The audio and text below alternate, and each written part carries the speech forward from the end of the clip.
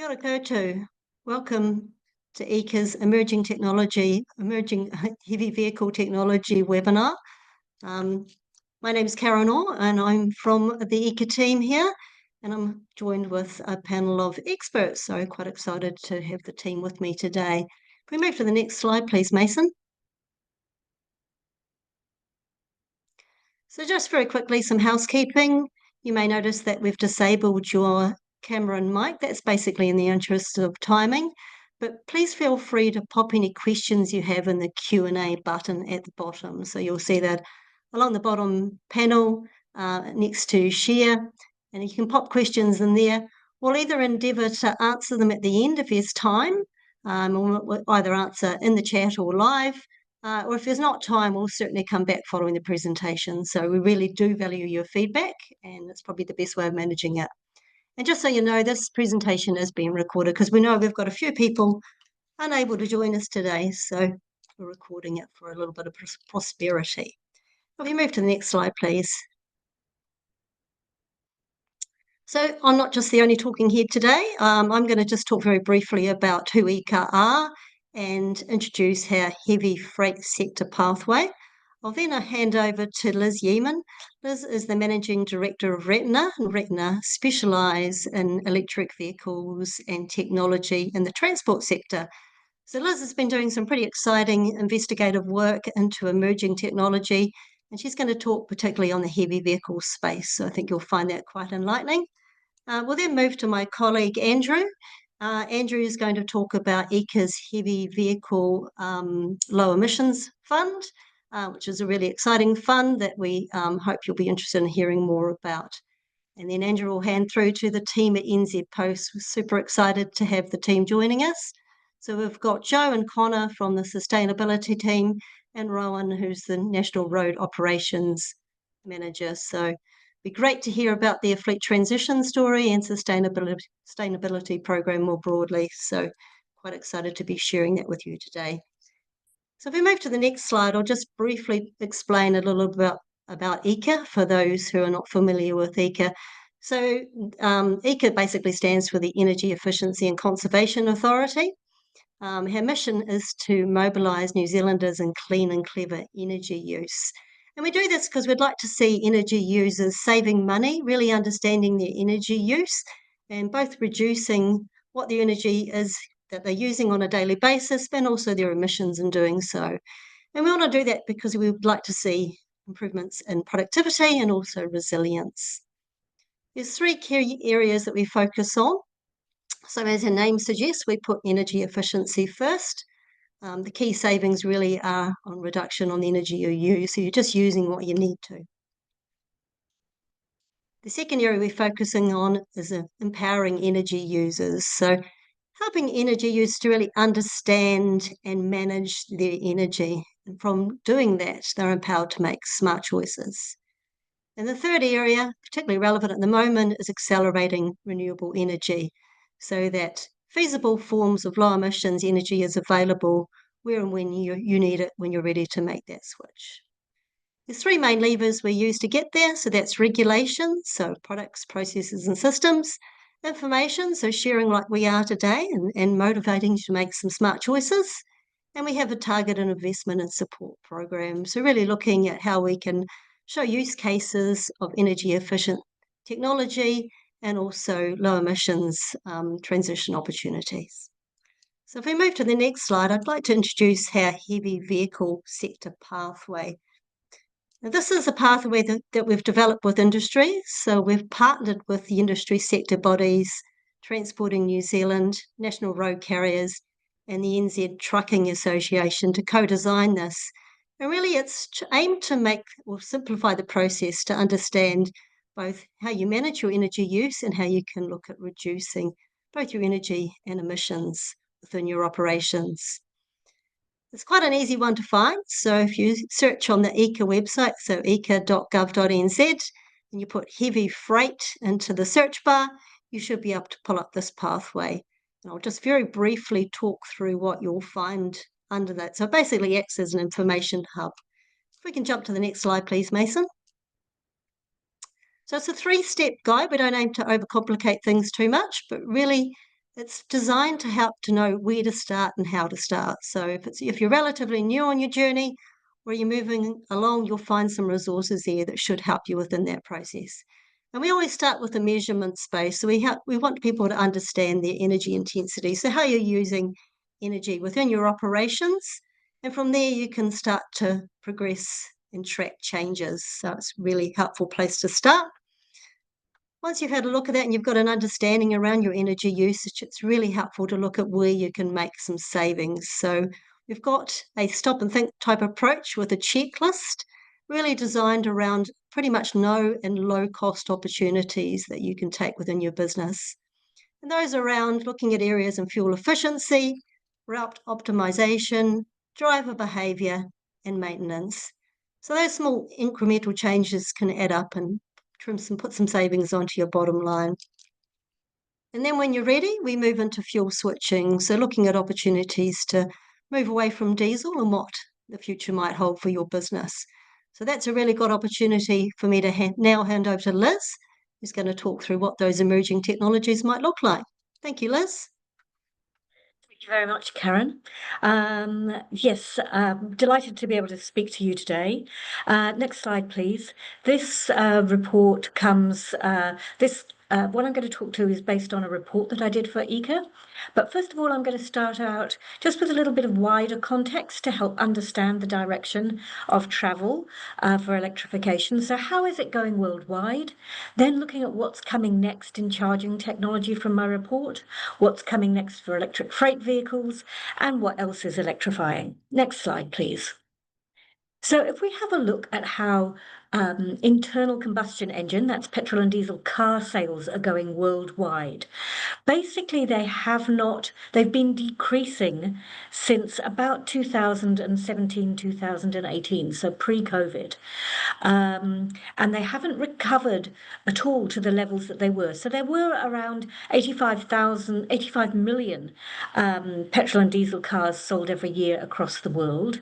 And that has now fallen to about 70 million vehicles. But the total number of passenger cars has been growing, and it's EVs that have been taking up that gap. So what that means for the car industry is they're really no longer investing what they used to into petrol and diesel technologies, and we're really seeing EVs start to take off globally. They're now pushing around 25% of global car sales. So a little bit of context on what the shift is in the light vehicle sector. Next slide, please. If we look at where that's happening, many of you might have heard about how Norway is leading. This is the market share of car sales for which are electric in selected countries. So in Norway, it's now over 90%. In fact, this month, I think it was 98% in Norway. Sweden, Denmark, Finland, the Netherlands all have really high rates. New Zealand was in the kind of same second tier group as France, Germany, and Canada.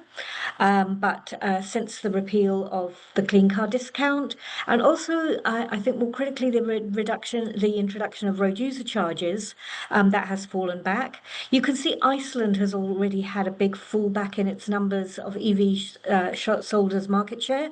They also introduced road user charges for light vehicles between 2023 and 2024. So that gives you an idea. And it's not just developed countries that are doing it. If we have a look at Thailand, they are doing better than about the same as Australia. Now, actually, not on this chart, but countries like Nepal are about 75% EV share. There's high EV uptake in places like Kenya. And Ethiopia has actually now banned the sale of petrol and diesel cars and is going straight to EV. Next slide, please. Let's have a look at how things are going with the global sales of zero emission trucks. Again, there was a dip through the COVID time, but sales are picking back up now. They are dominated by battery electric vehicle sales. Plug-in hybrid electric trucks were starting to be a thing in 2021, but they've almost disappeared now. And there's still some sales of fuel cell electric vehicles, but they're not really growing, and the battery electric vehicle sales are growing, nearly doubling every year for trucks. Next slide, please. What's coming next with charging? So those of you that drive EVs or may even have some initial trial electric trucks in your fleet will be familiar with the CCS2 standard. That's the Combined Charging System 2 plug. There is a sister standard to this that uses the same communications protocol, but able to deliver much higher rates of power, much faster charging, particularly for bigger batteries. It's called the Megawatt Charging System, MCS, and it's a particular specification and shape of plug and communication protocol. It allows charging at rates up to 3.75 megawatts. That's about 20 times the speed that you might charge a Nissan Leaf at today, for example. With trucks, you're not even going to be able to utilize all of that capacity. With trucks, what's going to be coming is 1 megawatt to maybe 1.5 charging, because that's what trucks will mainly need. It's designed so that a truck can fully recharge its batteries within a driver's mandatory rest break time. In Europe, that's 45 minutes. Here it's 30 minutes. So maybe we might only get to 90% replenishment of charge, but that's the concept behind the 1 megawatt with truck. It can be handheld, it's touch safe. It can be automated, there's provision for that. It's cyber secure, it can't be hacked, and it's also vehicle to grid capable, and I'll talk more about that later. Next slide, please. Unlike cars, where you might see the inlet port for charging almost anywhere on the vehicle, front, back, sides, it has been standardized for MCS use on trucks. So the MCS inlet will be on the left-hand side of the vehicle, whether it's a right-hand drive or a left-hand drive country, and it's behind the most forward axle. This is great news if you're thinking about future of designing how your vehicles park or where you might want to put charging infrastructure. Those inlet positions are between 2 meters and 4.8 meters from the front bumper of the vehicle, and it's been designed to cope with both American style trucks and European trucks as well. I thought that this would mean that the CCS2 port would be standardized on trucks, but some trucks are coming out with the CCS port adjacent to the MCS port, or alternatively the CCS port on the other side of the vehicle to the MCS port. Having both ports there means that you can use the CCS2 port to charge the truck more slowly overnight, particularly large trucks that will need DC charging overnight, and then be able to reserve the megawatt charging for when you need en route retopping up of your battery. Next slide, please. And we're starting to see public truck charging facilities emerge around the world, in the States and Europe, and this one here is in the UK. As you'll see there, you can pull through. There's appropriately placed chargers. This one here has solar PV on panels that give some shelter as well. Next slide, please. Those ones were with CCS2, but we're now starting to see the first public charging facilities with the MCS superfast megawatt scale charging system come in place. This one is at Milans in Sweden. That's a Volvo truck there that's capable of MCS charging, and you can see the charger there on the left-hand side of that truck in order to comply with that standard for where it's placed. That's charging bay 12 in a public charging station that's designed solely for trucks there. Next slide, please. And I also mentioned vehicle to grid. This is a technology where the energy stored in a vehicle's battery can be returned to the grid. And it's really important in gaining benefits for the electricity system, but it can also earn truck operators income by providing support to electricity networks. So this is a truck in London. It's a waste truck, so particularly in the early hours of the morning, it goes out and is usually back in its depot during the evening rush hour period time. During that time, the battery may not be might have some energy in it, waiting to recharge to go back out early in the morning. And what it does is it plugs into a special bi-directional vehicle to grid charger using its standard port. And the vehicle is able then to return batteries to the electricity system in that evening electricity peak, which is really expensive, and in New Zealand is often where plant like gas-powered peaking plant is turned on to supply that early evening peak. And because those trucks can charge overnight when the cost of electricity is really low at 1 and 2 in the morning, and then feed it back into the grid when the electricity price is very high, that pricing arbitrage lets the truck owner earn money from its battery. And that battery can still be fully charged and ready to go in the early hours of the morning when that truck goes back out onto the streets to start picking up the rubbish in London. And so there's lots of opportunities when trucks might be back at depots when there's an electricity high price where they could potentially earn additional revenue as well. So very interesting technology that's emerging, and I'm currently doing another study on that at the moment that should be published next month and freely available to anyone who wants to read it. Next slide, please. Other things that we're coming is electric logging trucks. Moving logs is a really important part of New Zealand's freight task. The latest data which we have, which is now getting a bit old, unfortunately, is that it's 17% of New Zealand's freight task is moving logs. And we've seen in Sweden fully battery electric logging trucks demonstrated both in the forest and on the roads, with up to 70-ton loads there on the roads, and they're not always sealed roads either, they're often unsealed roads. Next slide, please. And the trucks are getting bigger and bigger all the time. I also work with the mining sector on electrification, and we're starting to see really big trucks electrifying. This is a 240-ton electric mining haul truck. That will be operating with Fortescue out in the Pilbara in Australia. They have placed an order for hundreds of these trucks with Liebherr. It's Liebherr's biggest order in its entire history, not just for electric vehicles, but any vehicles. It's worth billions of dollars, the order.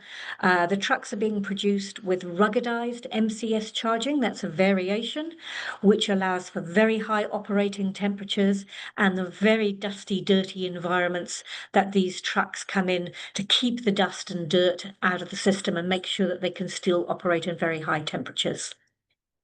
That mining industry is also now developing what's called extreme MCS for even higher charging rates, allowing those mining trucks to go even bigger.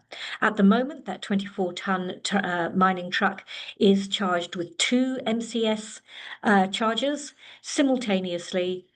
So that's a combined rate of around 6 megawatts, and that can do that in under 5 minutes every haul truck cycle. So every load that it picks up and dumps, it does a 5-minute recharge and then can go again. Next slide, please. The other thing that we're starting to see coming is automation in the freight system, and in fact in vehicles altogether. And you may have heard of robo-taxis and things that are starting to emerge in the streets in the US and China. The levels of automation are shown here from SAE. And when we're talking about full automation, this is when there is no longer a driver present. Level 3 is what you're starting, what might be in some vehicles in New Zealand already, but you are required to be available to take over driving. Beyond that, a driver must be able to support the features. Beyond that, no driver is needed at all. Next slide, please. And we've already seen this being demonstrated for quite a few years. Actually, this is a pilot that started in 2021, I think, in the States with Enride. This is a fully battery electric truck that takes partly made up goods to a distribution center. It started out initially doing only or fully autonomous driving within a business park, taking appliances that would go into into American households through to their distribution centers. They've now expanded that trial, and that autonomous truck now operates on public roads as well. We've seen the same with autonomous buses in some places in the Netherlands, in the Nordic countries too. Next slide, please. And here are some autonomous electric dump trucks that are part of a trial for Volvo in Sweden. Again, they've got no cab on them whatsoever. Those trucks just go to where the gravel pit or whatever it is that they're the quarry face that they're loading from, load up and drive to where they're distributed. You could imagine something like that operating on those gravel beds in the lower Shotover River just outside of Queenstown. So again, absolutely no cab at all on that vehicle. Quite often there is a controller sitting in a remote office who is watching all of these trucks, and if anything terrible happens, can take in. But it's mainly just there controlling quite a number of trucks and just checking that they're all going okay and do what they want. Next slide, please. And we're also starting to see some specialized freight operations moving into large drones carrying those. This might have particular use for some remote areas in New Zealand. This here is a Pika Pelican plane, it's called. I think it can carry 2 cubic meters of freight, or about 120 kilos from memory. You could imagine, and it doesn't have to go from an asphalted runway. It can go from a grass runway. I think it only needs 250 meters to take off. So if you've got a paddock that can accommodate that, it can take off and land onto grass and gravel as well. And that could be used for specialized applications and also in emergencies.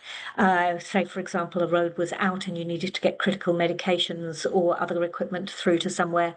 We now have these electric freight drones operating. I know Pika has largely been working with the US Defence Force in developing these, but they're also available for civilian applications. Next slide, please. And looking really big, this is a fully battery electric cargo ship.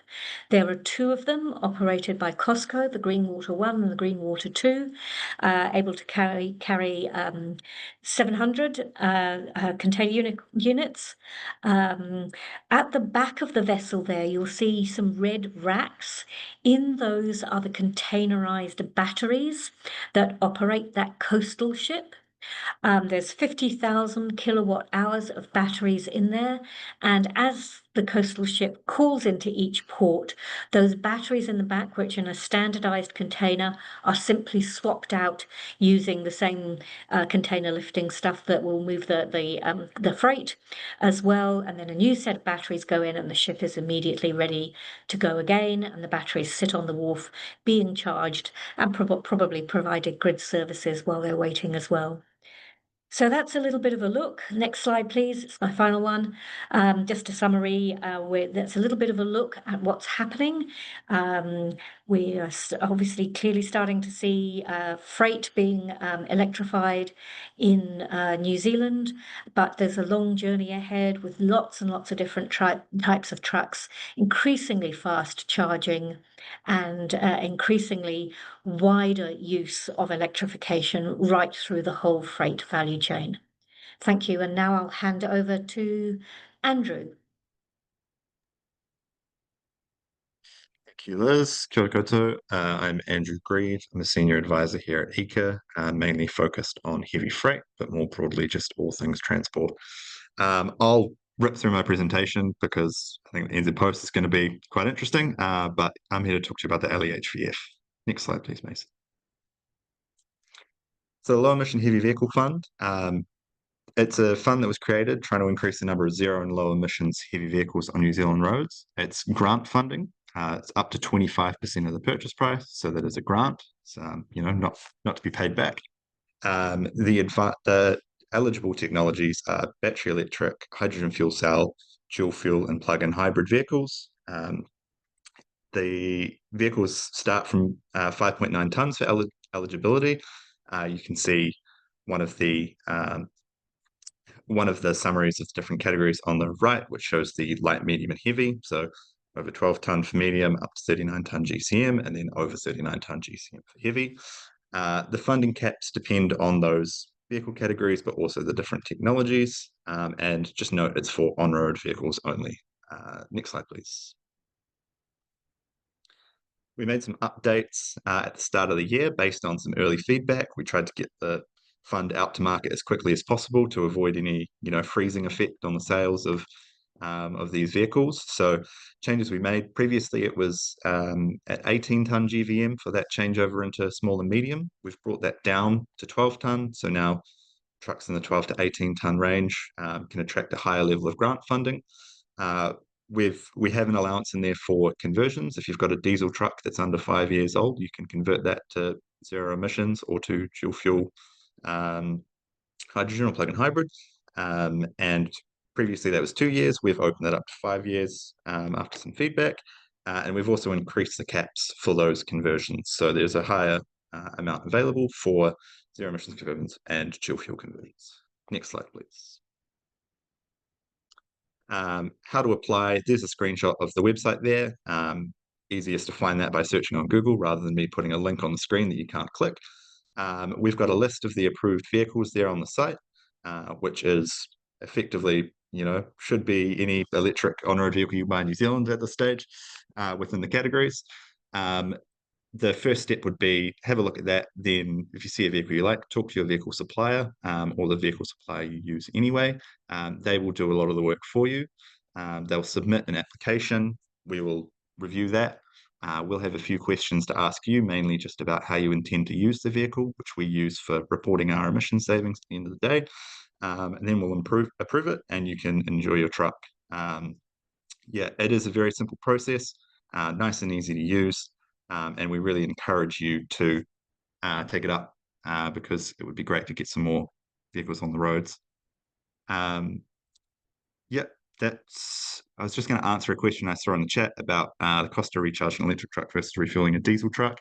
I'll do the classic answer of it depends, but some of the modelling we've done indicates 60 to 80% fuel savings, which obviously can be a huge gain. So depends on your situation, but obviously if you use more energy, you're going to get more savings. So recommend using that National Road Carriers total cost of ownership tool and talking to some suppliers about what they can offer. That's all from me. I'll hand over to the NZ Post team, which I believe will be Connor.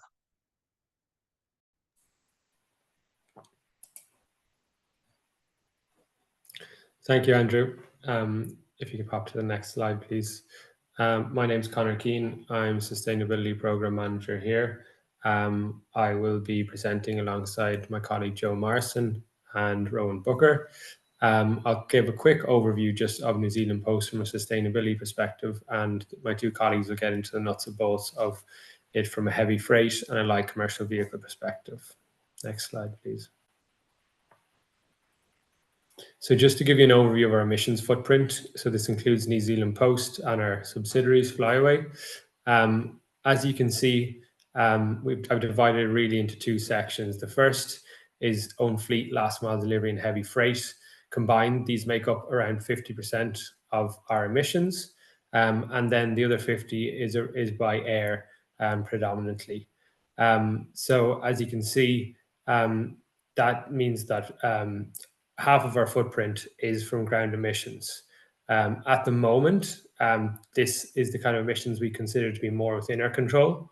We are doing work within air from both a domestic and an international air perspective to either acquire or work with companies who use more fuel efficient aircraft, and are exploring SAF as well. But our focus remains in this top box at the moment. Next slide, please. And you can skip again. This is just an overview showing half of our footprint is ground transport. So when I break it down into the transport modes, this is for New Zealand Post specifically. We have our New Zealand Post light commercial vehicles. So as you can see here, 71% of this is decarbonised. Joe will go into more detail around this at the moment. It is our aim to have 100% decarbonised by 2027. When we look at last mile delivery or our delivery partners, 2% is currently decarbonised. We're in a consultation period with our partners and provide a range of supports, which Joe will also go into more detail. Finally, heavy freight. 5% of our heavy freight is composed of low emission vehicles. So that's 1 hydrogen and 5 electric. At the moment, we're developing a heavy freight roadmap, which will look to understand from an operational, financial, and carbon abatement perspective what that transition looks like over the coming years. As mentioned there, air freight as well. We do continue to work in that, as we do in waste. Waste is very important to us. We look to increase our waste diverted from landfill, but it doesn't comprise a huge part of our overall carbon footprint. Next slide, please. I'll now hand over to Rowan, who will talk in depth about the heavy freight. Yeah, afternoon all. So I guess as kind of mentioned, the heavy freight part of our business is the highest contributor to emissions, and we're just trying to work through the challenges and the opportunities that we have to try and make that fit into our business. Next slide, thanks. So just a little quick breakdown of the NZ Post sort of operating fleet. So we are a primarily contracted fleet. So we contract out our operational requirements to delivery partners that undertake the work that we're required to complete. So in that we have 122 contracted vehicles. Of that, the split is sort of a 90 to 30 of line haul versus metro. Line haul skewed a little bit because we like to sweat our assets, and line haul units tend to complete metro activity during the daytime or our off-peak times. Of the 122, we do have, it's kind of mentioned, 5 electric vehicles and 1 hydrogen, and that will be updated very soon. We've just signed on a 6th electric vehicle to start in October this year. Next, please. So just a quick rundown of those vehicles. So I guess our flagship has been the hydrogen Hyundai Exient fuel cell electric vehicle. A little bit of data there for those vehicles, an OPEX cost of approximately 1.1 million. And thankfully we were able to achieve ECA funding on a few of these vehicles as well. Range of around 450 kilometres. Again, it depends on what you're doing and how you're driving it. It's probably not long, just ticked over 200,000 kilometres operating in our business. Primarily runs between Auckland and Hamilton, and then does metro shuttles during the day, so roughly 12-hour shifts with breaks in those 5.5-hour marks. Charging, we fill it up at Haringa and Wiri, and more recently we've adopted the new Hamilton station that's recently opened. The Mitsubishi Fuso eCanter was the first one that we brought into our fleet. A small 4x2 truck that has a nice 100-kilometre range. Just ticked probably about over 150,000 Ks from that one at the moment. Primarily was operating North Shore, Silverdale, and it was recently repositioned down to Wellington and has been operating down here for about the last 8 months. Charging is sort of depot provided from infrastructure that NZ Post has set up. our North Shore, Silverdale depots, and our Wellington and Seaview sites as far as Johnsonville. Mercedes-Benz e-Actros just replaced the Fuso e-Canter in Auckland, so we needed something a little bit bigger and that could go a little bit longer for us, so we bought this online. That one operates between North Shore, Silverdale, is about a 300 kilometre a day range. Again, charging it through North Shore and Silverdale sites. And the most recent acquisition is the 3 Scania P230 electric vehicles. These ones have a range of about 300 kilometres a day. They've ticked over probably just over 30,000 each unit, and primarily operate between our Wirry site and airport locations, collecting our international air cans for our international and domestic process. Next, please. So I guess the challenges and opportunities we've faced as we've rolled out various equipment within our fleet. So mixed solutions continues to be the way forward. So I guess the NZ Post business is quite time critical. So we need a way to move our product fast and efficiently through the network. Hydrogen works for our line haul, high mileage trucks, just due to the distance that they can travel and the reasonably short refueling time that we have with them. Hydrogen works well, but we've seen it's at a premium CapEx and OpEx cost, so both need to continue to decrease for it to stay competitive with the battery electric or the standard ICE vehicles. Electric is where we prefer light and local. We can bounce around low Ks, high volume, high productivity sites where we can have longer or loading or unloading charging time. The results for electric is it does work really well. We do, however, need to plan our charging infrastructure around what's available. So we're limited in where we can send these vehicles and charge them for fear or risk of not being able to return them back to base. And as mentioned, so that we need to design the network around the current infrastructure. The infrastructure is obviously building as more sites and more opportunities exist to develop the electric market. We're finding we can get these vehicles a lot further away and complete a lot more work. It's positive to see a lot more options are entering the market, so hopefully that disrupts the CapEx flow, and we can see some more high range vehicles to use them on longer sectors. Apprehension more speaks to our contracted fleet partners in terms of the short-term, long-term operating costs, the running and the maintenance costs of these vehicles, any depreciation, return on investment, life cycle of the vehicle, and any residual value. So it's a high upfront cost, and there's a little bit of unsurety on whether that's going to pay its dividends in the future. Next, please. A little bit of feedback from our contract partners and drivers that operate the particular vehicle. So comfortable drive, obviously quiet, less tiring. Scania is like a Bentley, sure has the price tag. Frustrating issues with the Scania, 24-volt battery draining, power steering fluid issues, little niggly bits and pieces. It's not to say that these aren't in our conventional vehicles as well, so we're not seeing sort of specific electric vehicle issues, just general issues on the road. Regenerative braking is very useful, so what we found, or the contractors found, is that you really have to think about how you're driving these vehicles to get the most use out of them. So drive it smarter, use your regenerative braking to put some energy back into the engine to get a bit further. Electric charging times could be faster, we know that, but we've seen the positive of what is to come, so that we can have some quick turnaround times so we can get back on the road. We did find in some cases you do have to go up a vehicle license class due to the weight, so the weight of the vehicle sort of puts the vehicle into the next bracket up, when driver licenses need to be considered. The trucks are doing great and do what they need to do when they're up and running, so that's the same as any vehicle. Next, thanks. So I guess we assess our low emission technology to determine what's most suitable for our operation. So it's done from an operational, financial, and a decarbonisation perspective. So we assess the current low emission vehicles in our fleet and compare them to if we were operating a similar ICE vehicle on that route.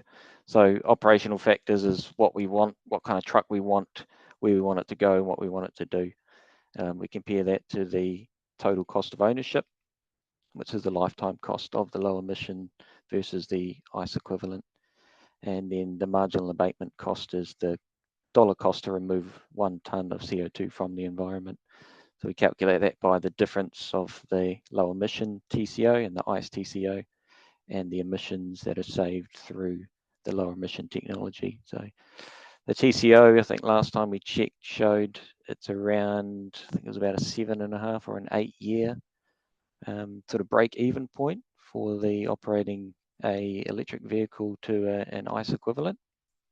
Now that will come down, I guess, as the capex and opex changes in the low emissions. But yeah, at the moment, that's where that kind of risk came from. Our contract partners was, can we run these things for 8 years and not have any unforeseen issues or costs that come in? So NZ Post, I guess, sort of led the risk on that for our contract partners by bringing in the different types of vehicles we have today, and sort of giving them to our contractors to run free from the financial risk that they may see. Next one, thanks. I think that was me, so I'll pass over to Joe. Thank you.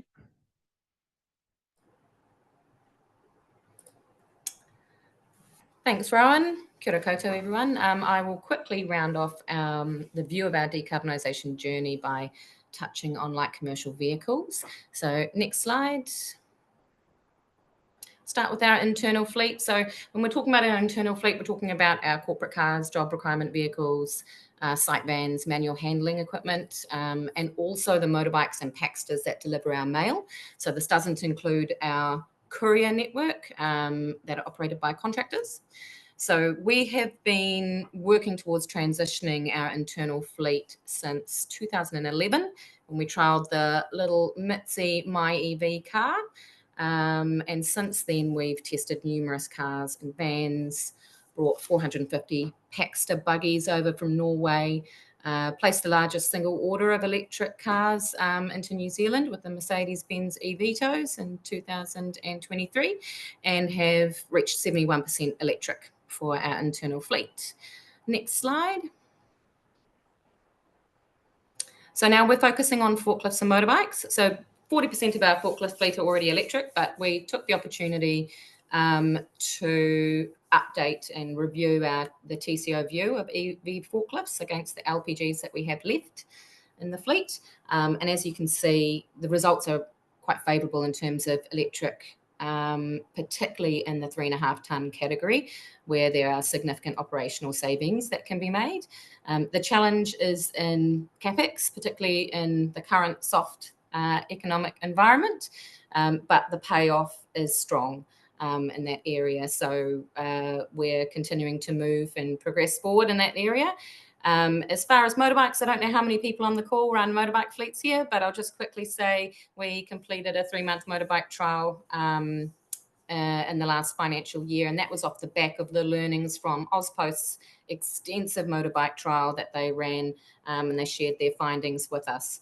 And we're really pleased to see the New Zealand product performed really well in the majority of our applications, and with further technology progression with batteries, we see this as a full solution for us for our motorbike fleet for delivering mail. Next slide. So can't really talk about vehicles if you're not talking about charging. And so we rolled out over the past 5 years a project to install charging infrastructure to support our internal fleet. So this was rolled out across our existing property network. Included in the project was the necessary cabling and energy facilitation, and there has been a fair amount of work in this area. It's a lot easier and cheaper to incorporate charging infrastructure into new site builds from the beginning. So thinking ahead in this space does pay dividends down the line. That was something that we learned quite early on.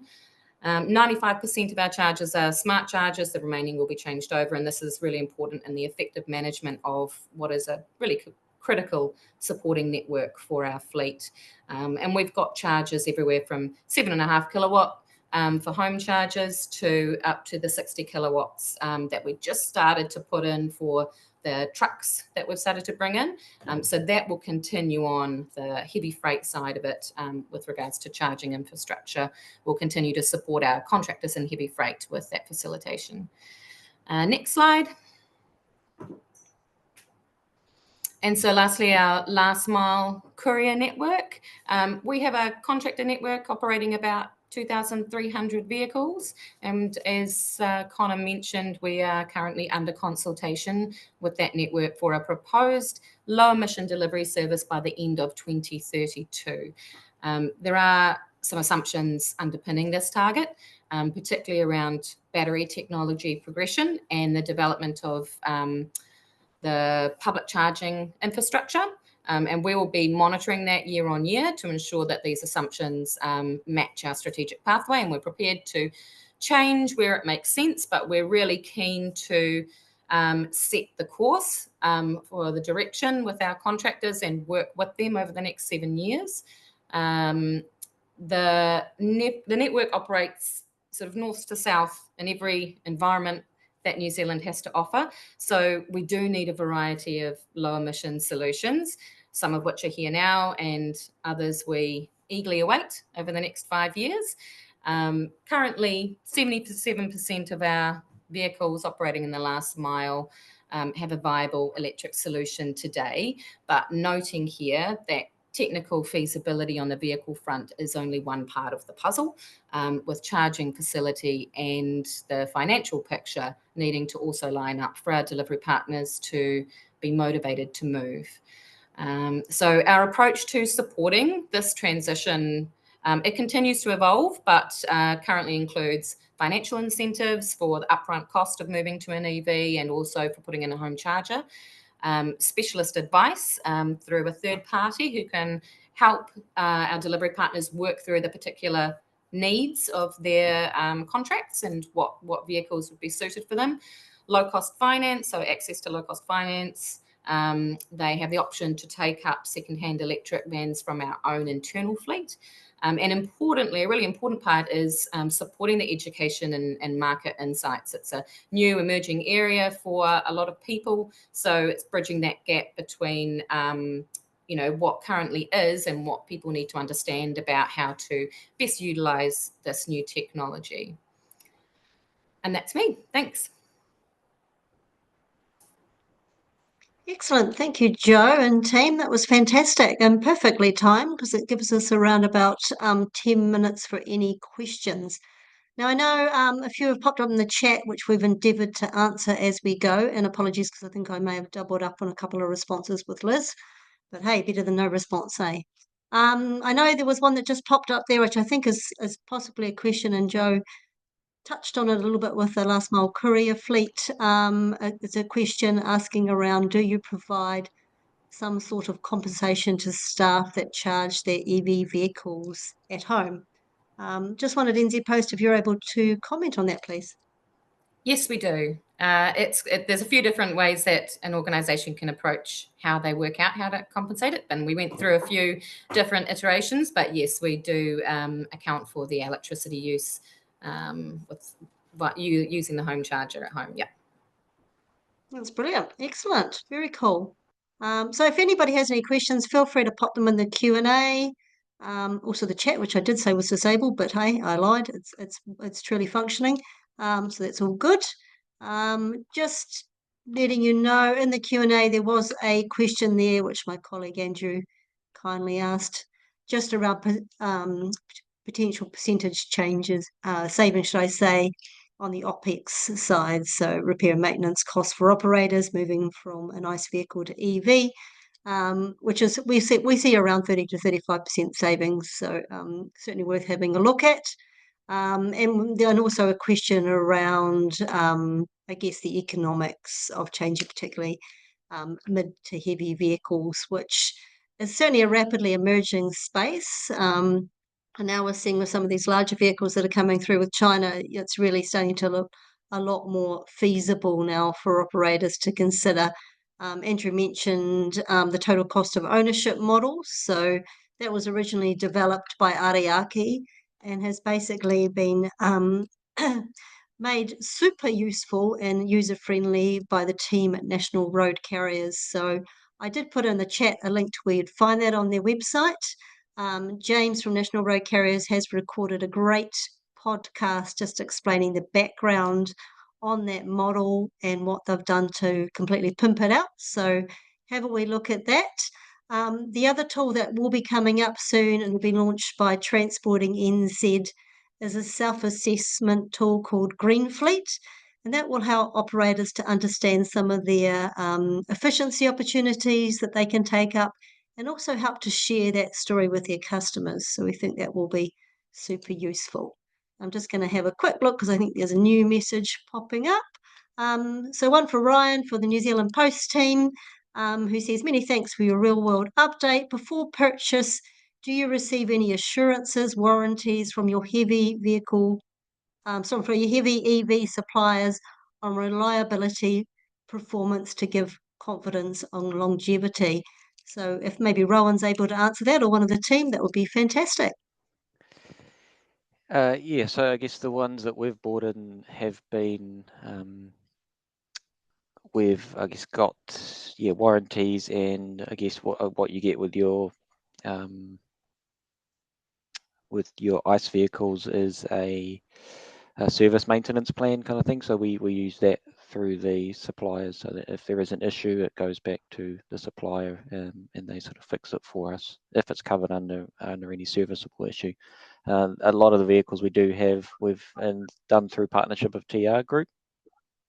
So we effectively lease it. We're leasing it from TR Group, so they're sort of responsible again for that assurance or the warranties on the vehicles. But at the moment, we haven't seen any major issues with the vehicles we have. The eCanter in particular, I think they only sort of guaranteed it to us for about 70 or 80,000 kilometres. We've just sort of ticked it over about 140, closer to 150, and it's still going. So yeah, until I guess we have an issue, we don't know what any kind of warranty or assurance might be on it. You're certainly leading the charge there, and it's great to see the different types of vehicles that you're trying in the fleet. Particularly, was interested in your comment about the Scania being like a Bentley.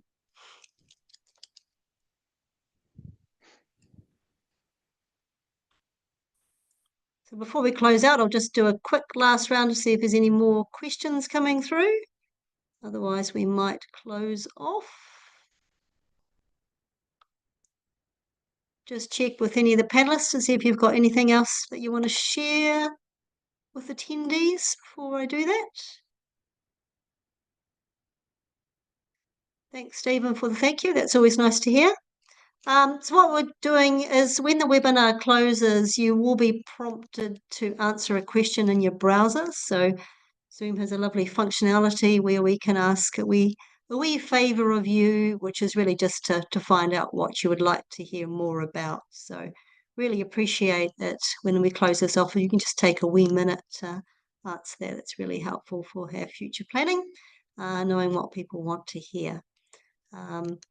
But as I've got nothing new popping up in the chat, I'd like to thank everybody for participating. In particular, thank my fellow panelists. Great to spend some time on a Friday with you all. Take care and ka kite.